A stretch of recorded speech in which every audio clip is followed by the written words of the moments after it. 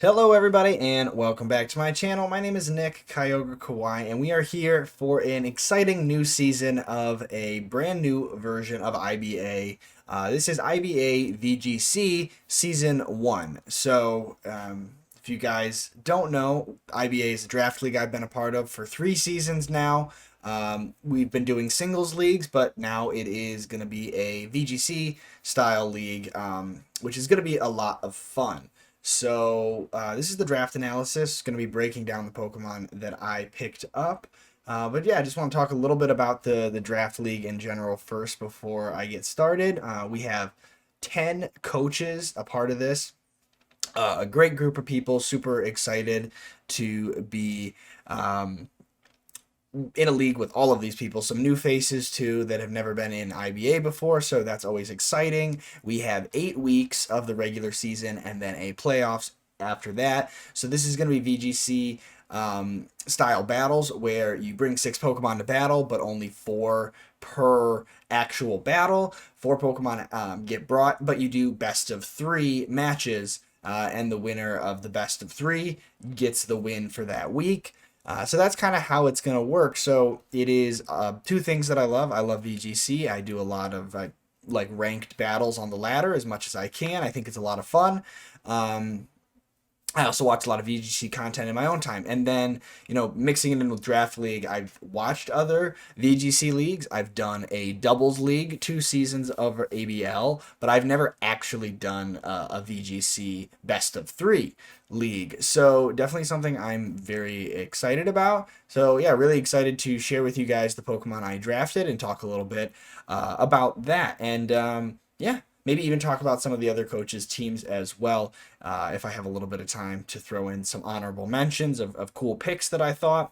But yeah, I won't keep you guys waiting any longer. We're going to talk about my first pick. I was 4th overall in the draft, so it's kind of nice not having to draft first, because whoever drafts first kind of sets the pace. I'll explain how this works as well. There was the G is for Gigantamax, so everybody got to pick 1 Gigantamax Pokemon. That's the only Pokemon that's allowed to use the Gigantamax factor, but however, any Pokemon besides the restricted legendary Pokemon can Dynamax. So you can be flexible with who you Dynamax, but if your Gigantamax Pokemon is Charizard, for example, if you're gonna Max Charizard, it can only Gmax. It can't regular Dynamax, but all your other Pokemon besides your legendary can. Yes. So again, I didn't have to pick first. I was 4th, and my plan already kind of got messed up because I was kind of hoping to build a team around my restricted Pokemon, and I really wanted either Kyogre or Groudon for that. However, Kyogre was drafted first, was overall number 1 pick of the draft, and then Groudon got picked. And then, honestly, after those 2 got picked, I was looking at either Dialga or Necrozma Duskmain, but the person before me, West, who was 3rd in the draft, got Dialga, so I went ahead and picked up Necrozma Duskmain. It is a bummer that this thing is not allowed to Dynamax, but I get why. Again, all the restricted are really powerful enough without Dynamax already. But this thing is an awesome Pokemon. It's really powerful with a really high attack stat. It is also super, super bulky. It's mid tier speed tier, but that means it can function in Trick Room. It also gets Trick Room, which is very cool, along with a plethora of other good moves. But yeah, I'm really excited because again, under speed control, under Tailwind, it can be fast. It also again can work in Trick Room with that really high attack stat. And the other thing I wanted to mention about it is its ability reduces super effective damage. Prism Armor just does that. Pretty cool typing. Yeah, Steel and Psychic. So kind of functions like a Metagross essentially, but like a really powerful one with a really powerful Steel type attack as well. And again, lots of flexible options. Has lots of cool support moves too, such as Ally Switch and a bunch of just boosting defense, boosting attack, because it has Dragon Dance. That's a way it can also be run fast.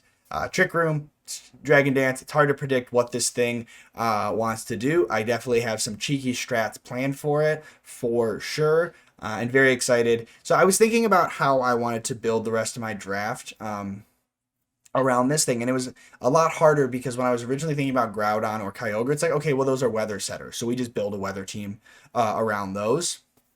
This thing, I was like, all right, yeah, I can kind of build like a pseudo Trick Room team around it, or at least have like some Trick Room elements with this thing potentially. And also, again, I knew I did want to get some form of speed control for sure. But honestly, what I wanted for my Gmax was Gmax Lapras, and I wanted that for the Aurora Veil setting of its ice type move, Resonance, Gmax Resonance with Lapras. This thing is super bulky. I figured, okay, get Necrozma behind like Aurora Veil for 8 turns, and like boom, I can set up so easily. Maybe even slap a weakness policy, and run some shenanigans. So that didn't end up happening because pretty early on in round. Oh yeah, so that was what somebody picked up actually round one. The last pick of round one was Lapras Gmax. So I was like, okay, well now I got to rethink my Gmax. When I was originally thinking about possibly grabbing Groudon, I wanted my like before the draft even started, I was like, you know what, Groudon would be cool with Gmax Venusaur. So I grabbed Gmax Venusaur anyway as my Gmax pick because I figured, hey, I could either grab Torkle or Ninetales for Sun setup, and then boom, I have Gmax Venusaur in Sun, which is very, very good. So I'll just move right on to round 3 because it bounced around pretty quick up at the top of the draft where I was, and I did just go ahead and pick up Torkle. So Torkle is kind of an expensive pick because it was a tier 1, but I had Torkle and Venusaur. I really like the combination of the two. It's just a very strong combo with Chlorophyll Venusaur, getting that speed boost, doing all the things that Venusaur can do, like Sleep Powder or just Gigantamax, and its Gmax effect is really, really powerful.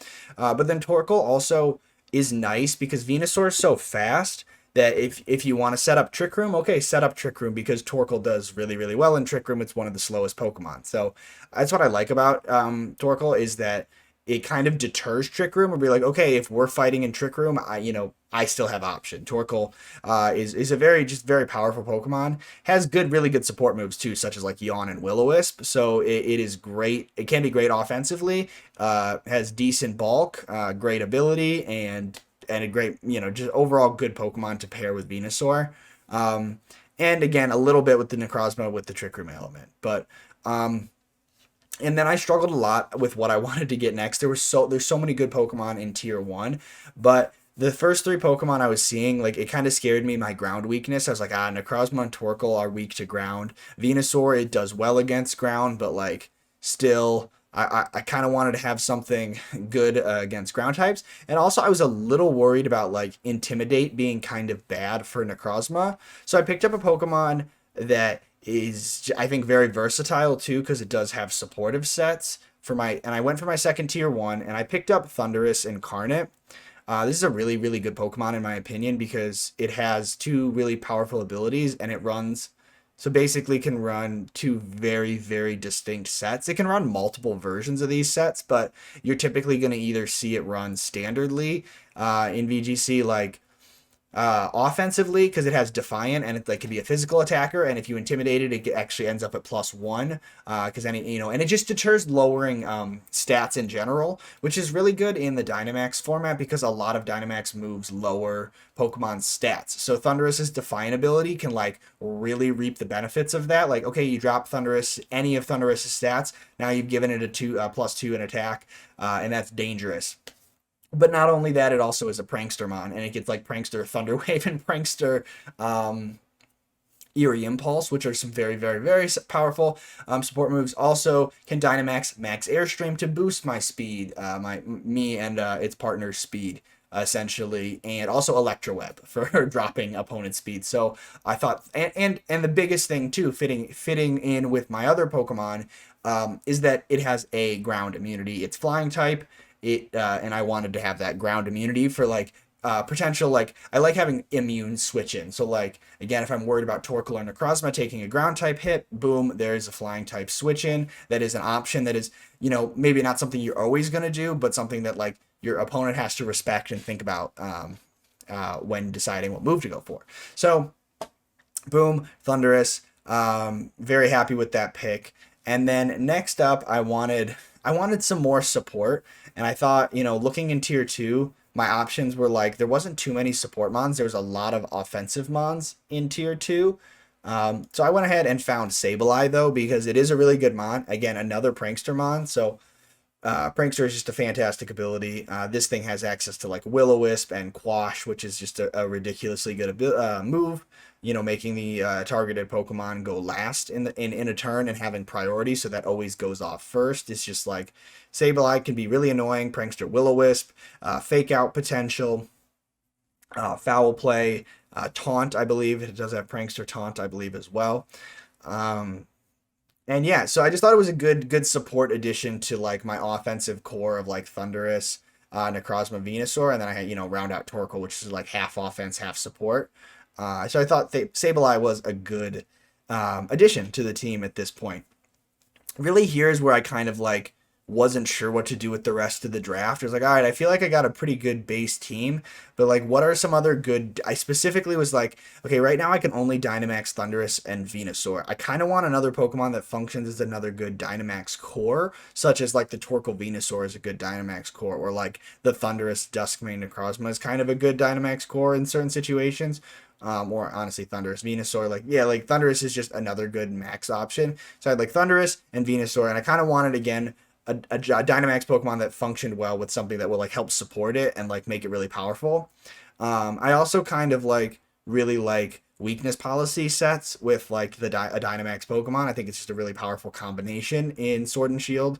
So that being said, I went ahead and picked up my boy Paulo Sand, because the next pick I saw pairs really well with Paulo Sand, and it was actually a tier 3 pick. So I was like, okay, I can get a really good combination with a tier 2 and a tier 3 pick, and then I still have another really good mon I can maybe get out of tier 2.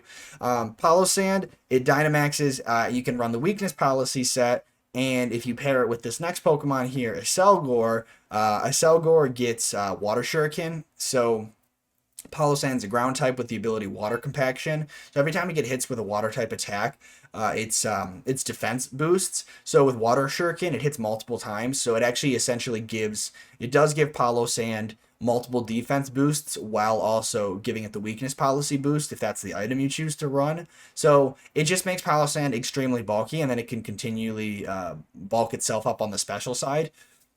Excuse me. With Max Quake. So just I thought it was a really strong combination because it works really well at deterring physical attackers. So any team that essentially doesn't have good special attacking moves to use against Paulo Sand is not going to enjoy the Selgore Paulo Sand combination. That's what it does. And like there's probably other things I can do with Paulo Sand and a Selgore, but so far like that's really all I've looked into, and that's just like the basic stuff that they do. Next up, again, I wanted to finish out my tier 2 and grab another good tier 2 mon while there was still some good options left. I wasn't sure what I wanted. I kind of was like also like, ooh, ice types kind of crush Venusaur, Thunderous, and Paulo Sand. So like, what can I do with ice types? And so I decided to go with like a fighting type, and I also wanted more, and I wanted Intimidate. So like I saw a really good Pokemon in Scrafty, also like another bulky Pokemon. I wanted something like as like a defensive switch in, which definitely Scrafty does that. With Intimidate, just I really wanted Intimidate on the draft because it's just a really consistent way of shutting down physical attackers. Again, having another fake out option is good. Fighting type Pokemon is good. So a lot of good stuff I like about Scrafty. And overall, just a Pokemon I enjoy using. And kind of slow too, so it can function in Trick Room as well. But nothing too fancy about Scrafty that I can say besides that I really just wanted the Intimidate and another fake out Pokemon that wasn't Sableye. And yeah, so then on to my next tier 3. I went ahead and picked up Aromatisse. I wanted a fairy type on the team. Also wanted some more like really supportive Pokemon. I wanted also another way to set up Trick Room that wasn't Necrozma. So Aromatisse does have the ability of setting up Trick Room, also has a lot of other good support moves, and good to have a fairy type on the team. So I thought Aromatisse was a good pick. It'll definitely help round out the team and just give me more options for different, combinations that I can run. And I've seen it be used really well. So I thought as far as tier 3 goes, like these tier 3 and tier 4 Pokemon, trust me, like if you were to see the list of Pokemon, like you're not picking from the best of the best. So as far as like what my options were, Aromatisse is like a really solid pick in my opinion, and I think I can make it work. Next up we have Lilligant, which I think is honestly like the best tier 3 pick of mine, because like I honestly forgot until I saw it down there what Lilligant and Torkle does. Um, I shouldn't tell people because there's probably people that don't know this, and like I'm giving away like a strat for the league. But I mean, I feel like a good amount of people know what Lilligant and Torkle does, but basically Lilligant gets after you. So like Lilligant's super fast with chlorophyll, and then it just clicks after you on Torkle, and Torkle can go for eruption like immediately. And so it gives Torkle just a really fast eruption mode, which is just incredibly powerful. So I want to see how people can maybe prepare for that, or like, you know, if I even bring it out. It's just an option that people have to prep for, which is cool because like it's really powerful. And I think if you're not prepped for it, it could probably just run through some teams.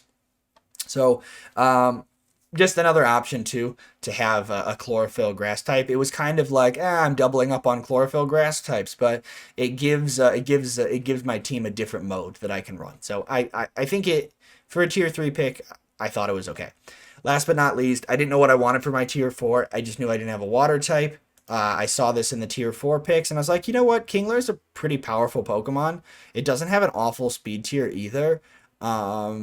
And it's got a good attack stat. And I wanted a water type because I was like, I'm kind of weak to fire types still. So I was like, water type would be good in certain situations. If I need to, I can Dynamax it. I can use it as a 9 Dynamax Pokemon.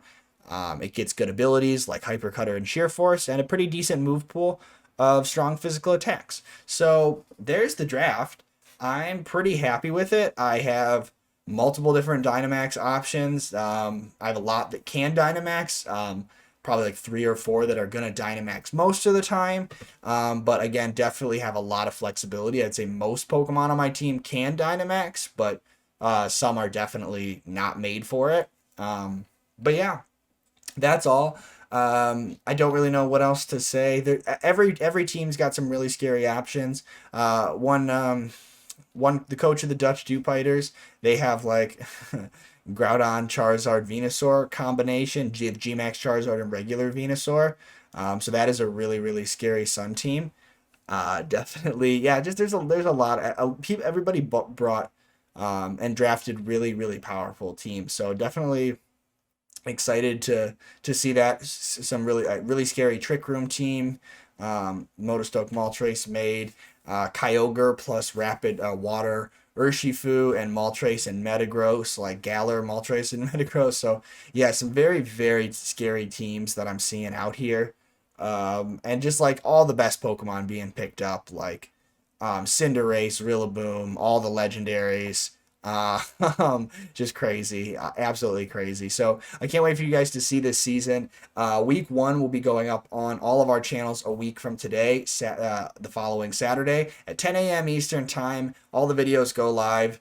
Yeah, thank you guys so much for checking out the team builder. I hope you guys enjoyed it. Leave comments down below. Let me know what you think of my draft. And again, please be subscribed if you like my content. I really appreciate it. Again, I just want to thank you guys for watching, and I will see you guys in next week for IBA VGC Week 1. See you guys there. Peace.